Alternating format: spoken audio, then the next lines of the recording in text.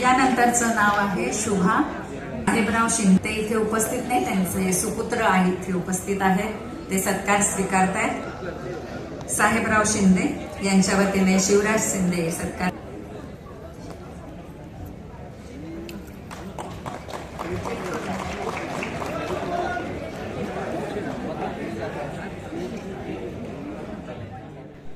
MHADA Mumbai lottery म्हटलं की प्रत्येकाला या लॉटरीमध्ये सहभागी होऊन विजेते ठरण्याची इच्छा झालेली असते आणि प्रत्येकजण हाच विचार करतो की कधी ना कधी आपल्याला म्हाडाचं घर मिळावं, म्हाडाचं घर लागावं.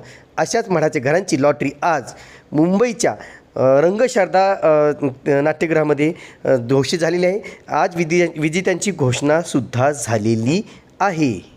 म्हाडाच्या मुंबई मंडळाच्या सोडतीचा निकाल जाहीर झालेला आहे आणि आपण पाहिलेला आहे तो सोहळा आपण लाईव्ह पाहिला असेल, अनेकांनी तो एन्जॉय केला असेल. अनेकांना घरी लागलेले आहेत, किंवा काहींना घरी लागली सुद्धा नाहीत. ते कुठेतरी नर्वस आहेत आणि त्यांना असं वाटतं की आता मी परत म्हाडाच्या लॉटरीमध्ये फॉर्म भरणार नाही. पण तिथेच असे काही विजेते आपल्या सोबत आहेत की ज्यांना या म्हाडाच्या लॉटरीमध्ये घर लागलेलं आहे, किंवा ते अनेक वर्षापासून या म्हाडाच्या लॉटरीसाठी प्रयत्न करत होते. आपण त्यांच्याशी बोलणार आहोत आणि त्यांच्याकडून जाणून घेणार आहोत नेमकं त्यांचा जो काही प्रवास आहे तो आतापर्यंत कसा प्रवास होता तो. नमस्कार सर. नमस्कार.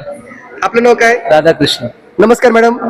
आपलं नाव काय? सारिका लोखंडे. सारिका लोखंडे. ओके, मला सांगा तुम्ही म्हाडाच का चॉईस केलं, म्हणजे म्हाडातच भरावं असं का वाटलं? सुरुवातीला तर मी 2013ला म्हाडा जॉईन केलेला आहे. मी म्हाडाच एम्प्लॉई आहे.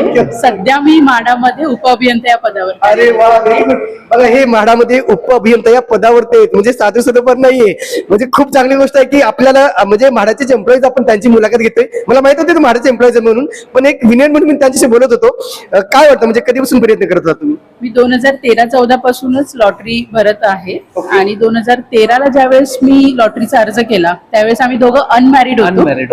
ओळखत होतो एकमेकांना, पण आम्ही अनमॅरिड होतो. त्यामुळे आम्ही पेमेंट एकत्र करून अर्ज करू शकत नव्हतो. आमच्याकडे तेवढे पैसे नव्हते आणि लग्न झालेलं नसल्याने आपण सिंगल अर्ज करतो. त्यामुळे सुरुवात केलेली. सुरुवातीला आम्ही ईडब्ल्यूएस चा अर्ज केलेला होता सिंगल. तेव्हा पण नंबर नाही लागला. आणि ते ईडब्ल्यूएस चं घर मला आठवते 10 ते 12 लाखाला होतं. ते पण आम्ही आमचं अफोर्डेबल नव्हतं, कारण आम्ही अफोर्ड करू शकत नव्हतो. तेवढं त्यावेळेस तुम्ही ईडब्ल्यूचं घर घेऊ शकत नव्हता, म्हणजे तेवढी कॅपॅसिटी नव्हती. पण आता 3 BHK घेताय, डायरेक्ट 2.25 करोडचं घर. अरे वा. मग हा जो प्रवास होता, म्हणजे तुम्ही पहिले ईडब्ल्यूएस मध्ये ट्राय केलं, त्यानंतर LIG ला केलं, MIG ला केलं, प्रत्येकाला केलं, प्रत्येक ठिकाणी केलं. विक्रोली केला, कन्नमवार नगर केला, गोराई केला, बोरीवली केला, मागाठाणे केला, इव्हन मलाड केला, पवई सुद्धा केला. कुठेही नंबर लागला नाही. निराश नाही झालो, पण हताश पण नाही झालो, पण बोललो की एकदा तरी सूर्य उगवणार म्हणजे उगवणार.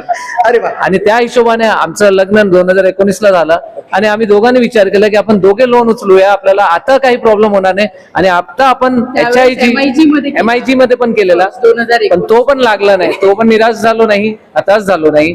तरी परत आम्ही 2026 मध्ये आम्ही HIG ला अप्लाय केला आणि देवाचा आशीर्वादाने आणि सूर्य उगवला आणि आम्हाला नंबर लागला. म्हणजे तुम्ही हार मानली नाही? हार मानली. बरं, मला सांगा, असं बोललं जातं आता नॉर्मली अनऑफिशियली की म्हाडाच्या लॉटरीमध्ये सेटिंग वगैरे असते आणि खूप लोकांना, तर आम्ही वारंवार सांगतो आमच्या व्हिडिओच्या माध्यमातून, असं काही नसतं. सर्वसामान्य गोरगरीब लोकांना सुद्धा घरी लागतात, हे मी बघितलेलं आहे. तुम्ही काय सांगाल त्या लोकांना? सर, जर नक्कीच घर लागतं, जर प्रामाणिक प्रयत्न करा आणि आज सोडू नका. कधी ना कधी कर्म तुमचं आहे, फळ देणार.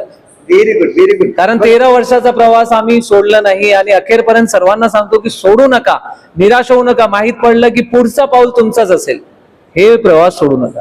अतिशय महत्वाचं बोलतायत ते. जर समजा तुम्हाला 1-2 लॉटरीत घर नाही लागलं तरी तुम्ही निराश होऊ नका, हताश होऊ नका. यांनी 13 वर्षापासून प्रयत्न करतायत आणि 13व्या वर्षी त्यांना घर लागलेलं आहे. म्हणजे त्यांनी कुठे हार मानलेली नाही आणि दोघांनी सुद्धा एक ठाम निश्चय केला होता की आम्ही म्हाडाचं घर मिळेपर्यंत आम्ही थांबणार नाही. आणि शेवटी ते जसं बोलतात की आज सूर्य उगवला, तसंच खरंच त्यांच्या आयुष्यामध्ये खूप म्हणजे चांगली पहाट झालेली आहे. खूप चांगलाचा दिवस आहे, कारण लाईफ टाइम मध्ये आपण आयुष्यभरासाठी जे सगळ्यात महत्वाची गोष्ट मुंबईमध्ये असते ते म्हणजे घर, आणि ते घर त्यांचं होतं आणि ते सुद्धा 3 BHK खूप मोठं घर, म्हणजे 1500 स्क्वेअर फीटचं घर त्यांना मिळतंय. ही खूप चांगली गोष्ट आहे. पुढे काही ठरवले आता? होम लोन करून पुढे शिफ्ट व्हायचं, काय करायचं? येस, होम लोन करणार आहे आणि त्यानंतर आम्ही शिफ्ट होणार आहोत. 1-1.5 वर्षानंतर वेळ आहे.